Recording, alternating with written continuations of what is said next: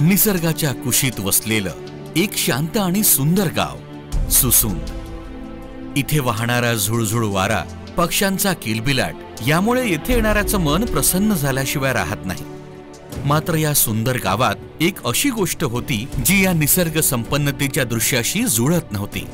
या गावातील जिल्हा परिषदची शाळा 1 ते 8 वर्ग असलेल्या शाळेत केवळ 3च अगदी लहान आणि साध्या वर्गखोल्या होत्या। विद्यार्थ्यांना खेळण्यासाठी मैदानही नव्हते। शाळेतील विद्यार्थी त्यांचा सर्वांगीण विकास करण्यासाठी शाळेतील शिक्षक, मुख्याध्यापक हे निस्वार्थपणे प्रयत्न करीत होते। पण मुख्य अडचण होती ती जागेची। शाळेतील शिक्षक वृंद, मुख्याध्यापक यासाठी प्रयत्न करीत होते आणि एक दिवस उजाडला, त्यांच्या प्रयत्नांना यश मिळालं। शाळेच्या विकासासाठी एक मोठा मदतीचा हात समोर आला।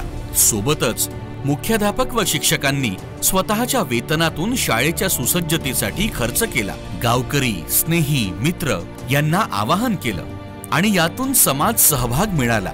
एकमेकांच्या मदतीने शाळेचे रूप बदलायला सुरुवात झाली।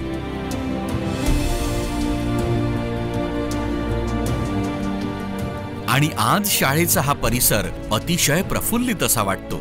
विद्यार्थ्यांच्या सुरक्षेसाठी या ठिकाणी सीसीटीव्ही कॅमेरे आहेत। 24 तास वायफाय सुविधा इंटरनेटसह उपलब्ध आहे।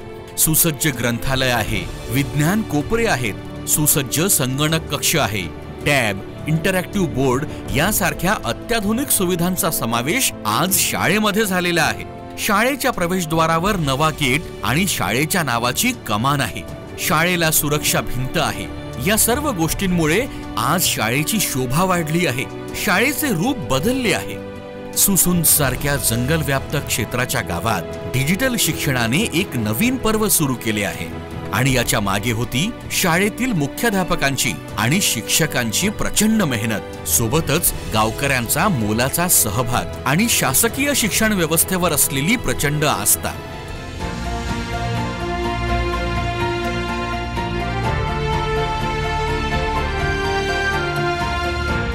21व्या शतकातील आव्हानांशी लढताना आज या शाळेतील विद्यार्थ्यांचा कौशल्य विकास आणि सर्वांगीण प्रगती त्यांच्या भविष्याच्या दिशेने एक मजबूत पाऊल ठरत आहे। आज ही शाळा इतर सर्व शाळांसाठी प्रेरणादायी ठरत आहे। म्हणतात ना, जसा मुख्याध्यापक तशी शाळा, आणि हा बदल सुद्धा घडलाय मुख्याध्यापक आणि शिक्षकांच्या आत्मविश्वासानेच। येणाऱ्या काळात सुसूनच्या या शाळेत प्रवेश घेणारा प्रत्येक विद्यार्थी, मग तो मुलगा असेल किंवा मुलगी, याने फरक पडत नाही, मात्र तो एका नव्या युगात प्रवेश करेल यात शंकाच नाही।